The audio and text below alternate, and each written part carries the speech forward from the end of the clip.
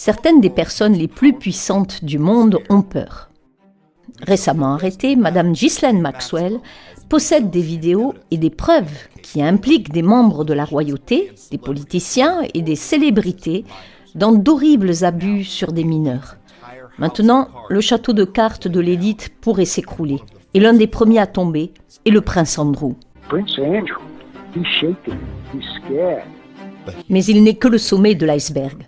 Pourquoi son frère, le prince Charles, était-il le meilleur ami du violeur d'enfants le plus prolifique de Grande-Bretagne, Jimmy Savile? Pourquoi un réseau de trafic d'enfants était-il dirigé depuis le palais de Buckingham? Et pourquoi le corps d'une adolescente disparue a-t-il été retrouvé sur le domaine de la reine? Vous voulez savoir jusqu'où va vraiment le terrier du lapin blanc royal? Alors, restez avec moi.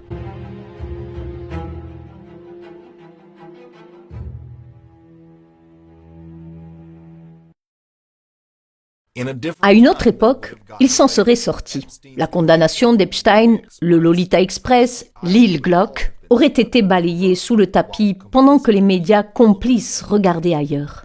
Mais nous sommes au XXIe siècle et Internet n'allait pas les laisser s'en tirer si facilement. Les médias sociaux, les blogs et YouTube ont continué à dénoncer l'opération, forçant la main aux grands médias.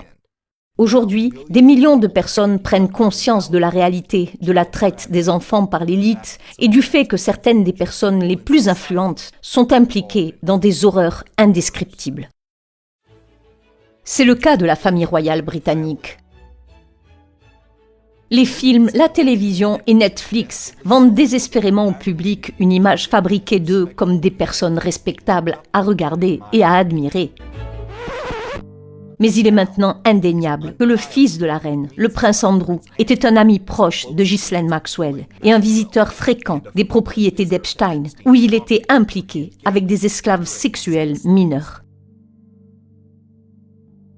Maintenant, les avocats royaux font des heures supplémentaires pour essayer d'atténuer cette crise, le tout payé par les contribuables britanniques. Et ce n'est que le sommet de l'iceberg. Ghislaine Maxwell est accusée de 6 chefs d'accusation de trafic sexuel de victimes âgées d'à peine 14 ans. Ghislaine Maxwell, she's got evidence against so many important, famous people that the rich and famous Prince Andrew, he's shaking. Took down his website this week. He's scared, very scared. This is a catastrophe for the royals. They have exposure here that's great and deep. And Prince Andrew is a very serious problem for the royal family. Now, what do you do in a circumstance where he's being accused repeatedly of raping these poor little girls? Le FBI a exhorté le prince Andrew à venir pour s'expliquer avec eux et discuter de ce qu'il sait sur ce qui s'est passé dans les propriétés d'Epstein. Mais il refuse. Ghislaine s'est liée d'amitié avec Andrew à l'université et était fréquemment invitée au palais de Buckingham, où elle omettait souvent de signer le registre des visiteurs. Un fait qui a été mis en évidence récemment avec la découverte d'une photo d'elle et de l'acteur Kevin Spacey, assis sur le trône de la reine. Spacey a été accusé d'avoir violé plusieurs garçons mineurs. Andrew a déboursé $1,5 million pour le 18e anniversaire de sa fille, la princesse Béatrice, en 2006. Et sur la liste des invités figuraient non seulement Ghislaine Maxwell et Epstein, mais aussi Harvey Weinstein, une ordure condamnée. Ces gens-là ont de bonnes fréquentations, n'est-ce pas? Nous savons que Ghislaine était avec le prince Andrew, et récemment, au printemps 2019, bien après que l'opération d'Epstein ait été révélée. La prédilection d'Andrew pour les jeunes filles était un secret de polichinelle parmi l'élite. Voici un extrait de Johnny Carson faisant une blague à ce sujet dans le Tonight Show. Hi, this is Johnny Carson asking, you have a daughter who's a really good-looking chick. Well, you may be able to change her life and improve your financial status. Because Prince Andrew is looking for a new girlfriend. Just drop a nude photo of your little nymphette in a self-addressed stamp envelope and mail it to Royal Affair, Buckingham Palace, London. Lors d'une interview en 2015, avant l'annonce officielle de sa campagne, Donald Trump a fait allusion aux horreurs qui se sont déroulées sur l'île d'Epstein, la qualifiant de fausse sceptique et disant, je cite, « Demandez au prince Andrew à ce sujet ». Well, I think he's got a problem. I mean, I'm hearing. I don't know, but that island was really a cesspool. There's no question about it. Just ask Prince Andrew. He'll tell you about it. The island was an absolute cesspool. So, and he's been there for many times. La famille royale l'a déjà échappé belle. Un réseau pédophile d'élite similaire à celui d'Epstein et de Ghislaine opérait à l'intérieur du palais de Buckingham, où des victimes mineures étaient préparées et livrées à des membres de la famille royale par l'un des majordomes. Ce n'est qu'en 2008 que la police a mis la main sur le propre majordome de la reine, Paul Kidd, qui dirigeait un trafic sexuel de mineurs depuis le palais de Buckingham. Mais les abus ne s'arrêtent pas là. Au début des années 70, un garçon de 16 ans a eu l'occasion de travailler au prestigieux palais de Buckingham. Mais peu après son embauche, il a commencé à changer. Il a fini par dire à ses parents qu'il avait été abusé sexuellement par des membres de la famille royale. Selon un ancien agent de la police métropolitaine, une enquête sur un réseau pédophile d'élite a été étouffée dans les années 80 lorsqu'il a été révélé qu'un membre de la famille royale était impliqué.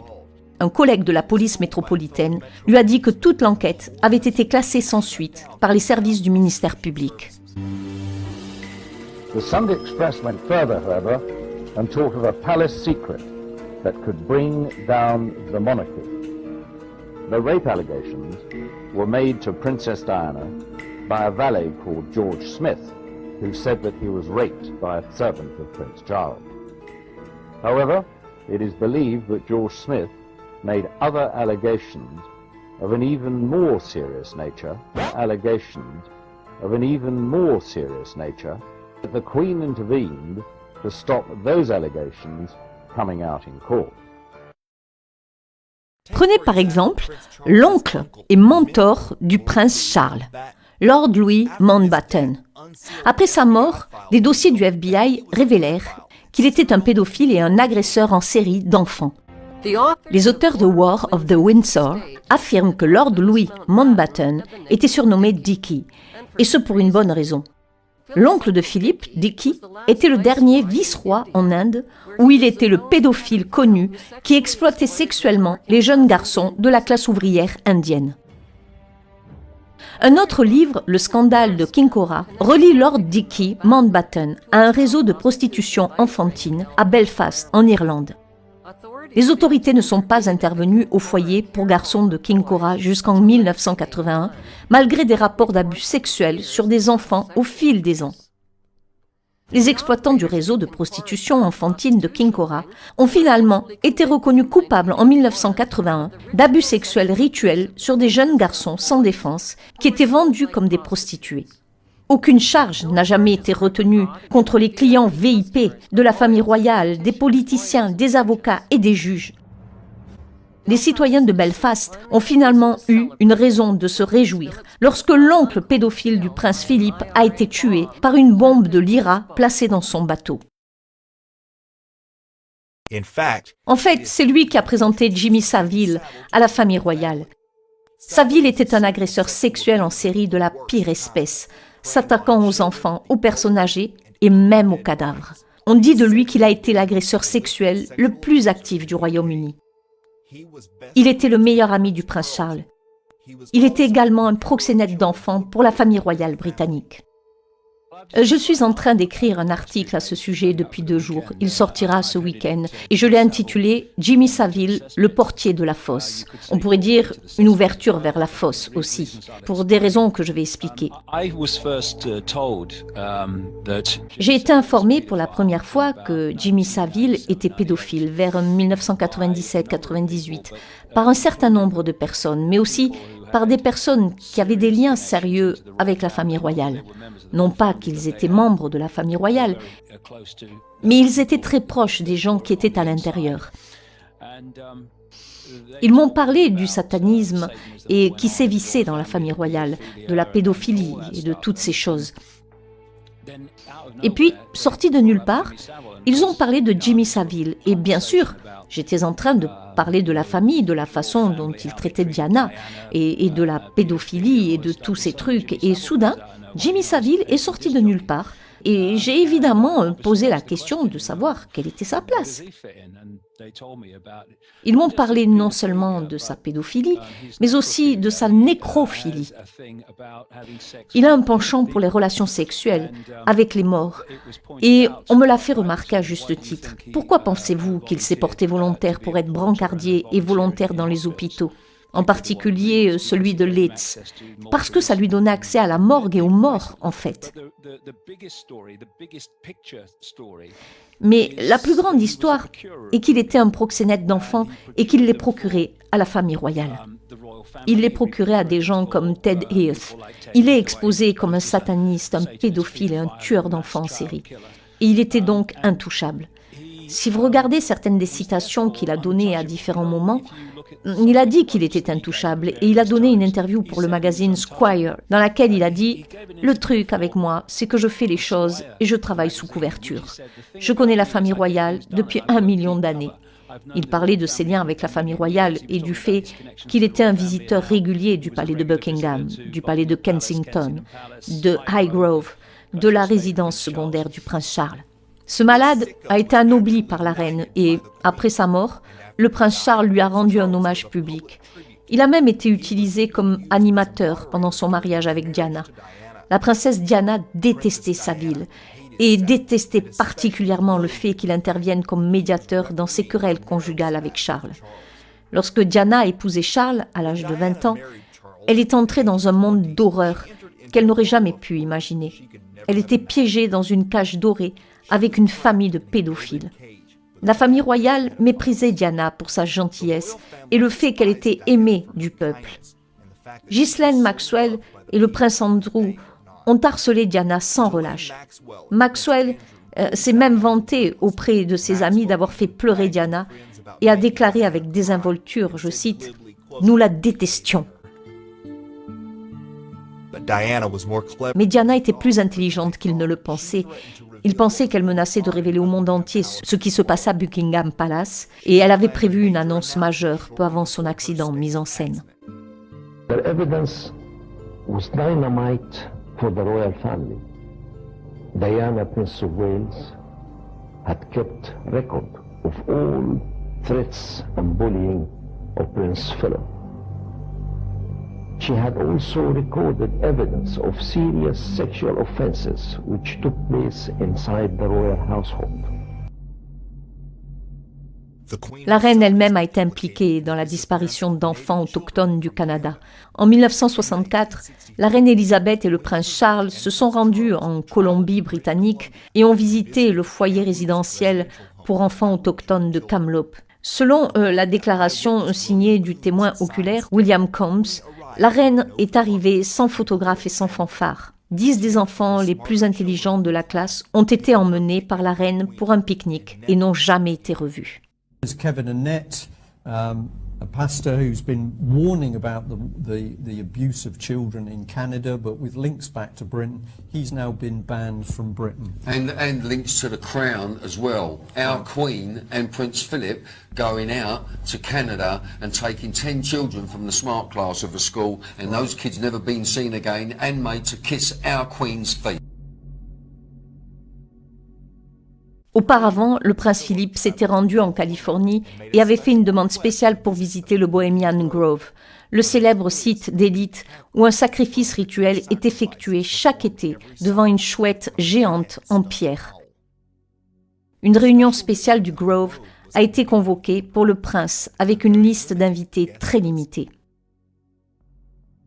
Le jour de l'an 2012, un promeneur avec son chien a trouvé un corps sur le domaine de la reine à Sandringham. On the Queen's estate in Sandringham. The cause of death not yet known. Royal correspondent Max Foster joining me now from London with more on that. How bizarre, Max?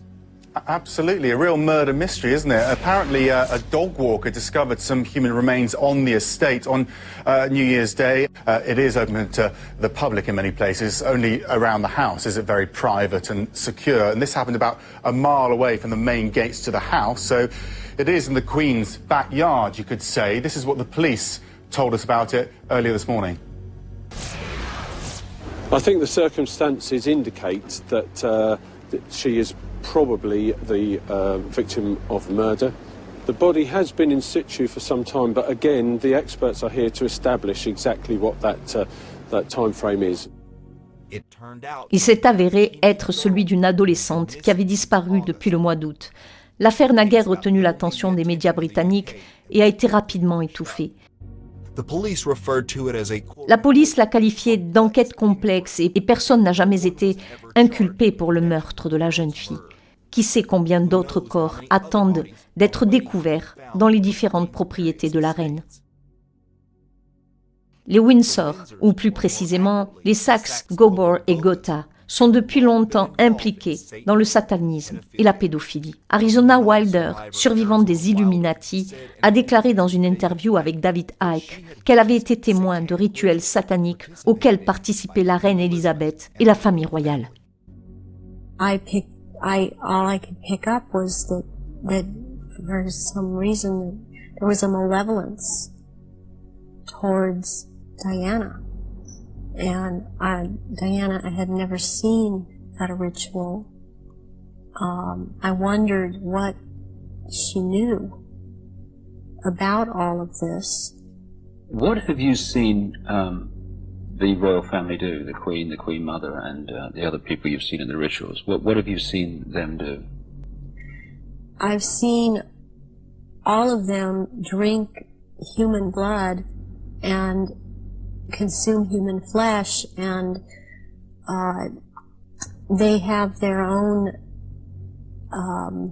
goblets in which they have blood, and these goblets are encrusted with jewels, and they also have their own daggers, and that the dagger goes into the goblet, and they stir the blood around with it, and it's also a symbol of a phallus going into the vagina when they're doing this. And I've seen them do this, and some of them have even, like the Queen Mother I saw with, she had her own, it's between a very elaborate ornate chair or a throne kind of thing brought in for her to sit. And because before these rituals actually start, there is a kind of people move around the room and talk, or recognize one another. It's a formal kind of a ritualistic setup, the way they talk and the way they introduce each other. It's like a court. What are they wearing? They're wearing robes. They're not wearing anything underneath the robes because there are orgy kind of things that go on at the rituals also. And involving the royal family of Britain? Yes, involving the royal family of Britain, and the sacrifice and the eating of, consuming the sacrifice, and they are involved in that. You've seen them do that? Yes, I have seen them do that. Compte tenu de tout ce que nous savons d'eux, les inspecteurs de Scotland Yard devraient frapper à la porte du palais de Buckingham, mais cela n'arrivera jamais. Malheureusement, la famille royale est au-dessus des lois au Royaume-Uni. Les tribunaux sont aux ordres de la reine. C'est littéralement son gouvernement. Andrew est donc actuellement en sécurité tant qu'il reste au Royaume-Uni, mais il a récemment annulé un voyage de golf de luxe en Espagne. Les experts juridiques pensent que c'est à cause du traité d'extradition très strict qui lie les pays aux États-Unis. Pourquoi les deux princes sont-ils liés à des pédophiles notoires? Pourquoi le corps d'une jeune fille disparue a-t-il été retrouvé sur la propriété de la reine? Qu'est-il arrivé à ces 10 enfants disparus? Nous vivons vraiment à l'ère de la révélation. Le rideau est lentement tiré et le public commence à avoir un aperçu de ce qui s'est passé à l'intérieur de Buckingham Palace. Mais ce n'est encore que la partie émergée de l'iceberg. Que fera le public lorsqu'il découvrira les histoires dignes de films d'horreur, de parties de chasse à l'homme et de cannibalisme ?